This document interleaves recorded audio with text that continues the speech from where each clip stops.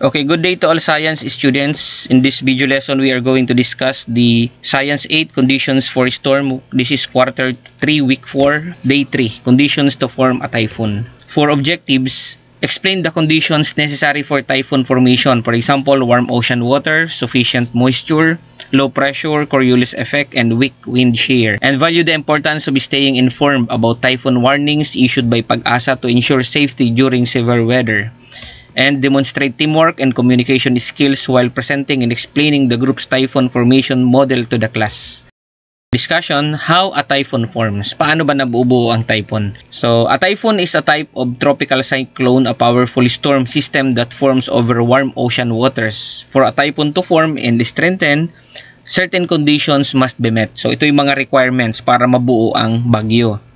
So, number 1, warm ocean water. The sea surface temperature must be at least 26.5 degrees Celsius or 80 degrees Fahrenheit. So, warm water provides energy and moisture that fuel the storm. Kung mapapansin natin, sa sobrang init ngayon, tinatawag na global warming, mas malalakas yung bagyo. So, ang breeding ground ng bagyo po ay ang dagat. So, warm ocean water. Number 2, sufficient moisture in the air. O, ito yung humidity, yung amount ng tubig na nasa hangin. So, high humidity allows clouds and rain bands to form. Number 3, low pressure. So, ito yung pinakasimula ng bagyo, yung tinatawag na low pressure area. A pre-existing low pressure area helps air rise and start the circular motion. So, yung circular motion na tinatawag natin, ito yung convection current. Kasi kapag mainit ang hangin, tataas siya, yung malamig, bababa. So, magpapalitan hanggang magkaroon ng circular motion. Number 4, Coriolis effect. This is the Earth's rotation that causes the storm to spin. It helps form the typhoon's circular shape. Okay, number 5, weak wind shear. The winds at different levels of the atmosphere should not vary too much in direction or speed.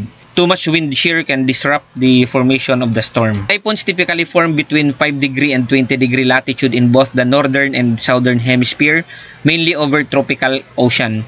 In the Western Pacific, these storms are called typhoons sa lugar natin. So while in Atlantic, they are known as hurricanes.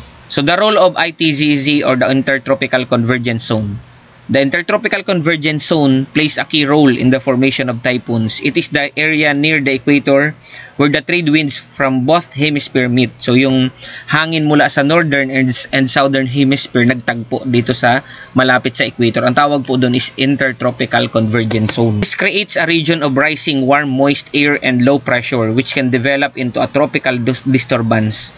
When conditions are favorable, this disturbance may evolve into a tropical cyclone or the so-called typhoon. So, classification of tropical cyclones based on Pag-asa warning system. According to Pag-asa or the Philippine Atmospheric, Geophysical and Astronomical Services Administration, tropical cyclones are classified as follows. Number 1, tropical depression. Ito yung mas mababa sa 63 km per hour ang rotational speed, yung pag-ikot niya. So, ang description niya, weak system with organized clouds and moderate rainfall. Followed by tropical storm. Pero bago ang tropical depression po, mauna siyempre yung tinatawag na low pressure area.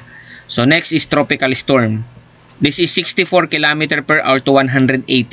Stronger system producing heavy rains and gusty winds.